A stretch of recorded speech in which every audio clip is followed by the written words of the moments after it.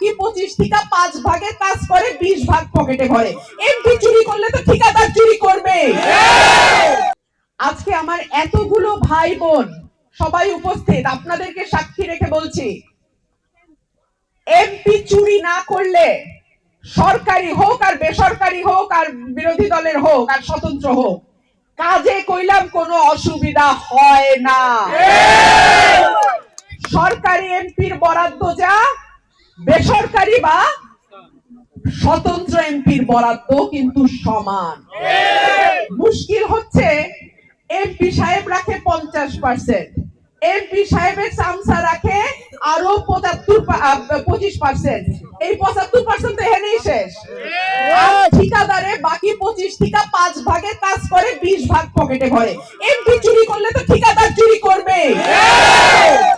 MP যদি সৎ হয়, কোন ঠিকাদারের বাপের সাধ্য নাই চুরি করে। এমপি যদি কাজ করতে চায়, সরকারি আর বিরোধী বইলা কথা নাই, কাজ কইলাম করতে পারে। অল্প বিস্তর যেটুক কাজ হইছে, অনেক সময় দেখা গেছে আমি সংরক্ষিত আসনের সংসদ সদস্য, অল্প, খুব অল্প আমার বরাদ্দ, নির্বাচিত এমপির 10-12 ভাগের 1 ভাগ অল্প বরাদ্দ। প্রকল্পে আমার কোনো হাত ছিল না, আমি প্রকল্প নিতে পারতাম না, কারণ আমি সংরক্ষিত। ওই সময়ও আমি টিআর কাবিখা দিয়ে যেটুকু সম্ভব, রাবিশ ফালাইয়া, ইট ফালাইয়া, খোয়া বিছাইয়া যেটুকু সম্ভব করছি। কিন্তু পাকা রাস্তা, ব্রিজ কালভার্ট করতে হইলে আমাকে নির্বাচিত এমপি হইতে হবে। সেই কারণে আজকে আমি আসছি আপনাদের দরজায়।